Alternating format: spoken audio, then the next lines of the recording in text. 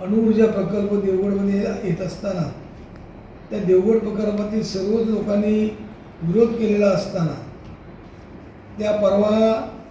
त्याला पर्याय म्हणून पालकमंत्र्यांच्या असलेल्या तालुका अध्यक्षांच्या माध्यमातून मुख्यमंत्र्यांनी एका जागी नसलेल्या ठिकाणी अन्य ठिकाणी अजून जागा फिक्स झाली नाही ह्या सांगणारे बोर्ड लावून लोकांची मनं वळवण्याकरता जे टेम्पोतून बॅनर घेऊन फिरत होते त्या बॅनरवाल्यांना काही लोकांनी आमच्या असलेल्या अडवलं त्या ग्रामस्थांनी अडवून त्यांना स्पष्ट भाषेत विचारलं की आमचा विरोध असताना तुम्ही आमच्याकडेही बॅनर का लावता आणि कशासाठी लावता.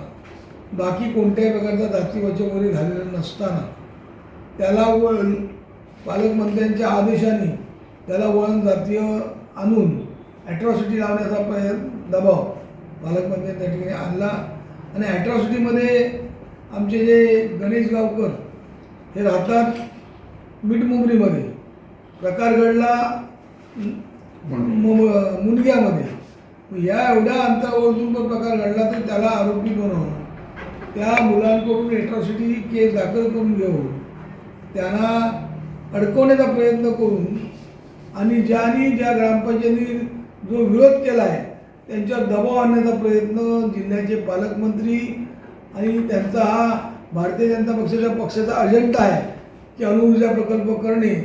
तो अणुऊर्जा प्रकल्पाला ते विरोध करण्याचा प्रयत्न विरोध असल्यामुळे हे असे प्रयत्न चाललेले आहेत ते आम्ही आणून पाहतो. आज गणेश गावकर वरती तिला अटक करून जामीनसाठी गेलेला असताना गणेश गावकर 2 वेळा पोलीस स्टेशनकडे आपल्या जबाबासाठी गेले असताना पोलिसांनी कोर्टासमोर आपलं म्हणणं दिलं.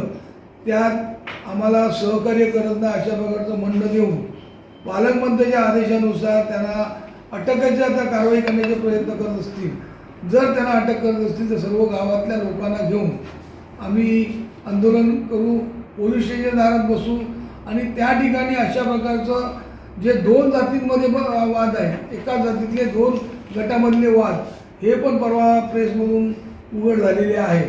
एक गट म्हणतोय की ते असं काही भाजपचा गट म्हणतोय, पण एक जो गट आहे त्यांनी स्थानिक गट जे आहे त्यांनी याचा पूर्ण इन्कार केला की अशा प्रकारचे जातीवाचक शब्द वापरून की जातीवाचक हे असलेलं आयुध वापरून तुम्ही हे असे प्रकार करू नका आणि हे तेढ निर्माण करू नका अशा प्रकारचं त्यांनी सांगितलेलं असताना पोलीस यंत्रणा मात्र त्या ठिकाणी त्या पालकमंत्र्यांच्या आदेशानुसार याच्यावर दबाव आणण्याचा प्रयत्न करत असेल. पण पालकमंत्र्यांना आम्ही एकच इशारा देतो की असे जर दबाव आणलेत तर सर्व गावातल्या विरोध केलेल्या गावातल्या लोकांना पक्षभेद विसरून आम्ही रस्त्यावर उतरू आणि त्याला विरोध करू.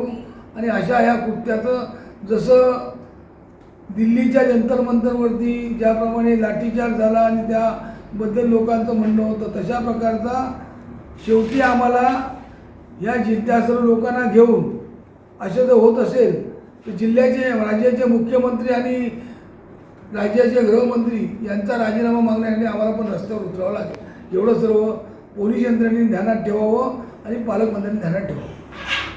कोकण संवादच्या ताज्या घडामोडींसाठी चॅनलला सबस्क्राईब करा आणि बेल आयकॉनला क्लिक करा.